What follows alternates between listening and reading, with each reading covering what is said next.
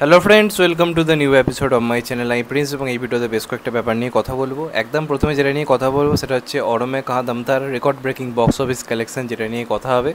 এমনই box office record করেছে যখন অক্ষয় কুমারও প্রাউড করে বলতে পারবে যে এখন আমাকে নিয়ে আর প্রশ্ন তুলো না, আমার সিনেমা অন্ততপক্ষে 20 কোটি, 25 কোটি, 30 কোটি রেঞ্জে যাচ্ছে। কিন্তু আমার বন্ধু অজয় আরও বড় রেকর্ড করেছে, তার সিনেমা 10 কোটি কালেকশন পার করতে পারছে না। তো অরমে কাহাত আমতা বক্স অফিস খারাপ করছে, ডিজাস্টার করছে, ঠিক আছে, কিন্তু একটা এত বড় একটা তারকা অভিনেতা, এত তার মানে একটা স্টারডাম রয়েছে, এত দিন ধরে ইন্ডাস্ট্রিতে রয়েছে, একটা এরকম টাইমে দাঁড়িয়ে যেখানে টিকিট প্রাইস বেড়ে গেছে, যারা নতুন নতুন হিরো তাদের সিনেমা 20-25 কোটি কালেকশান করে নিচ্ছে, সেখানে অজয় দেবগনের সিনেমা 8টা দিন ধরে যখন 10 কোটি কালেকশানে পৌঁছতে পারছে না, সেটা কোথাও গিয়ে কিন্তু বিরাট বড় একটা শকিং ব্যাপার। এবং এর থেকে প্রমাণিত হচ্ছে এই বয়সী যে সমস্ত অভিনেতা অভিনেত্রীরা রয়েছে তাদের কিন্তু রোম্যান্স করা ছেড়ে দিতে হবে, কারণ এদের রোম্যান্স দেখার জন্য দর্শকরা একটুও কিন্তু এক্সাইটেড নয়। তাতে আপনারা যতই পুরনো জুটিকে ফিরিয়ে আনুন, যতই ভালো ভালো গান দিন, দর্শক জাস্ট এক্সাইটেড নয়, দেখতে যাবেই না। তো যে কারণে এই মুহূর্তে দাঁড়িয়ে যে কারণে দেখতে পাচ্ছেন, তো শাহরুখ খানও রোম্যান্টিক মুভি করা কিন্তু ছেড়ে দিয়েছে, করছেই না। সলমান খান তো করছেই না। আমির খান তো বরাবরই কন্টেন্ট ড্রিভেন মুভি করছে। অক্ষয় কুমার তাও একটু নানারকম কন্টেন্টে কাজ করছে। তাই দেখবেন যেহেতু পিওরলি একটা রোম্যান্টিক মুভি এনেছে, দেখুন কী অবস্থা। মানে এই বয়সে অভিনেতার থেকে লোকের রোম্যান্স দেখতে চাইছে না। তো এটা যত তাড়াতাড়ি তারা বুঝবে ভালো, নাহলে কিন্তু বক্স অফিসের এরমভাবে কিন্তু ধরাশায়ী হবে। এবং সেটা খুব লজ্জার, যেখানে শ্রীকান্ত, তারপর Mr and Mrs Mahi, even Ulajh পর্যন্ত 8 কোটি কালেকশন করছে, সেখানে অজয় দেবগনের মতো তারকা অভিনেতা টাবু রয়েছে, তাই সিনেমা 10 কোটি কালেকশন করতে পারছে না। এটা কিন্তু কোথাও গিয়ে প্রচণ্ড পরিমাণে দুঃখের। এই কালেকশনটা আর যাই হোক সার্ফিরা কিন্তু 3 দিনে কমপ্লিট করতে পেরেছিল, 3 দিন অন্তত যাই হোক 10 কোটি করেছিল। অক্ষয় কুমার চিরকাল এখন এটাই বলে যাবে যে অন্তপক্ষে আমি তো এটা করেছি ভাই, আমার অবস্থা অতটাও খারাপ নয়। তো যাই হোক, খুবই খারাপ অবস্থা বক্স অফিসের। অজয় দেবগান হিট দিচ্ছে না এমন নয়, একটা রেঞ্জের মধ্যে রয়েছে, কিন্তু এত এত সিনেমা করলে কিন্তু কোথাও গিয়ে আবার সেই অক্ষয় কুমার যে ভুলটা করেছে সেটাই না হয়ে যায়। এবং আশা করবো সিংঘম 3-তে একটা বড়সড় কামব্যাক অজয় দেবগানের হবে। দেখা যাক লাস্ট অব্দি কী হয়। নেক্সট আপডেটটা যেটা নিয়ে সেটা হচ্ছে ভুলভুলিয়া 2-এর টিজার নিয়ে। প্রথমে জানা যাচ্ছিল খেল খেলমের সঙ্গে শুধুমাত্র এটা অ্যাটাচ থাকবে, এখন জানা যাচ্ছে তারা বিরাট বড় মাস্টার স্ট্রোক খেলেছে এটার যারা মেকার্স। পুরোপুরি সিনেমাটার মানে কমপ্লিট হয়ে গেছে শুটিং। এবং যেটা জানা যাচ্ছে একটা সিনেমা নয়, খেল খেলমে, ভেদা এবং স্ত্রী 2 তিনটের সঙ্গেই কিন্তু পুরোপুরি অ্যাটাচ থাকছে ভুলভুলিয়া 3-এর টিজার। তো এরা হিউজ একটা হাইপ ক্রিয়েট করবে, ভালো রকম হাইপ ক্রিয়েট করবে। এবং কোথাও গিয়ে কিন্তু 15 আগস্ট সিনেমাটা নিয়ে বিরাট পরিমাণে একটা আলোচনা হবে, যেহেতু লোকে যেটাই দেখতে হবে সেখানে এটা টিজার দেখতে পাবে, প্লাস ইউটিউবে তো রিলিজ করবেই। 15 আগস্ট ইউটিউবে আসছে এমনটা কিন্তু জানা যাচ্ছে। এবার দেখা যাক লাস্ট অব্দি কী হয়। এর পরবর্তী আপডেটটা ন্যাচারাল স্টার নানির আপকামিং মুভি সানিপোদা সানিবারাম নিয়ে, যেটা নিয়ে আমি খুবই এক্সাইটেড এই কাজটা দেখার জন্য। তো এই কাজটার ট্রেলার আসতে চলেছে যতদূর জানা যাচ্ছে 13 আগস্টে। 13 আগস্ট আমরা এই সিনেমার ট্রেলার দেখতে পাবো, সকাল 11টা থেকে 12টা এই টাইম রেঞ্জের মধ্যে নাকি আসতে পারে এমনটা জানা গেছে। হিন্দি ডাবটা একটু পরে, আগে অরিজিনাল ভার্সানের ট্রেলার আসবে এমনটাই কিন্তু আশা করা যাচ্ছে।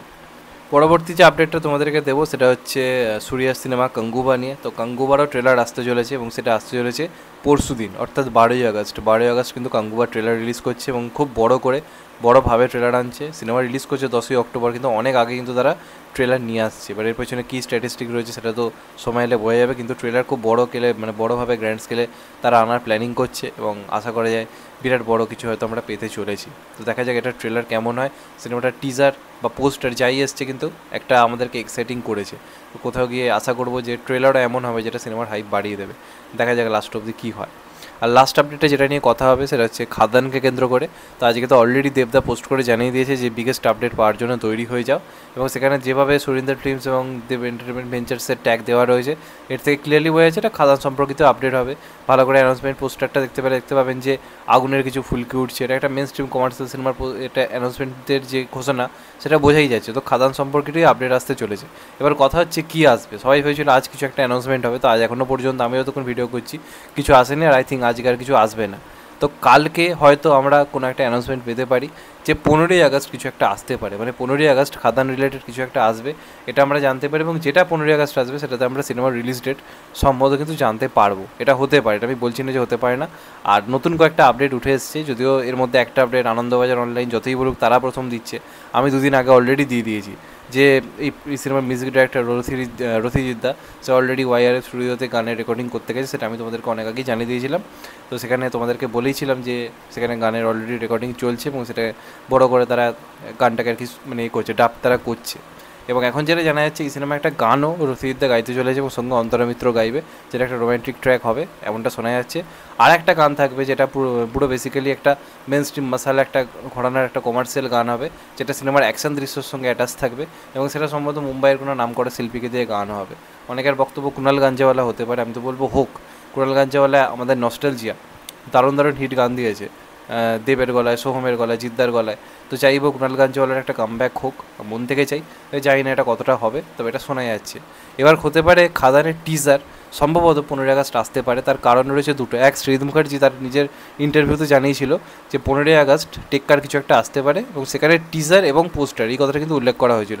টিজারও আসতে পারে, পোস্টারও, এবং শ্রীজিৎ মুখার্জি জানিয়েছিল যে দেবকে সে বারবার বলছে এত তাড়াতাড়ি সে সব কিছু এই সিনেমাটা সম্পর্কিত আপডেট দর্শককে দিতে চাইছে না। শ্রীজিৎ মুখার্জি মাত্র 1 মাসের টাইম দিতে চাইছে যেখানে সব কিছু জানানো হবে। তো আই থিঙ্ক আমার যেটা ধারণা টেক্কার টিজার সম্ভবত 15 আগস্ট আসবে না। আমাদের যেটা মনে হয় টেক্কার কোনো একটা মানে পোস্টার ওই দিন আসতে পারে, অথবা কোনো একটা প্রি টিজার সামথিং কিছু একটা আসতে পারে, এমনটা আশা করা যায়, যেটা আমার ধারণা। আর সম্ভবত খাদানের একটা টিজার আসতে পারে। তার কারণ ওই যে প্রতিবেদনটা আজকে আনন্দবাজার থেকে বার করা হয়েছে, সেখানে একটা কথা খুব ইম্পর্টেন্ট লেখা রয়েছে যে দেব, রসিদ এবং তার পুরো টিম এই মুহূর্তে টিজারের জন্য নিজেদের প্রস্তুতি নিচ্ছে। তো এই কথাটা থেকে একটা আন্দাজ করা যায়, যেভাবে তারা এই কথাটা লিখেছে টিজারের তারা প্রস্তুতি নিচ্ছে। তো এটাও হতে পারে 15 আগস্ট হয়তো আমরা টিজার পেতে চলেছি। এবার দেখা যাক লাস্ট অবধি কী হয়, কোনটা আসবে সেটা দেবদা ছাড়া এই মুহূর্তে কেউই আমরা জানি না। কিন্তু যেটা প্রেডিক্ট করা যেতে পারে সেটা হয়তো টিজার আসতে পারে এবং সেটারই হয়তো কালকে একটা অ্যানাউন্সমেন্ট আমরা হয়তো পেতে পারি দেবদার তরফ থেকে। এবার দেখা যাক লাস্ট অবধি কী হয়। তোমরা মন থেকে কোনটা চাইছো, 15 আগস্ট টেক্কার টিজার নাকি খাদানের টিজার, সেটা অবশ্যই কমেন্ট বক্সে জানিও। আর চ্যানেলটা নতুন হলে চ্যানেলটা কিন্তু সাবস্ক্রাইব করে দিও and get the bell icon. ভালো থেকো সবাই, টেক কেয়ার, নমস্কার, আবার দেখা হবে। এখন তো পাই সবাই ভালো থেকো, সুস্থ থেকো, নমস্কার, টেক কেয়ার, আবার দেখা হবে, ভালো থেকো সবাই।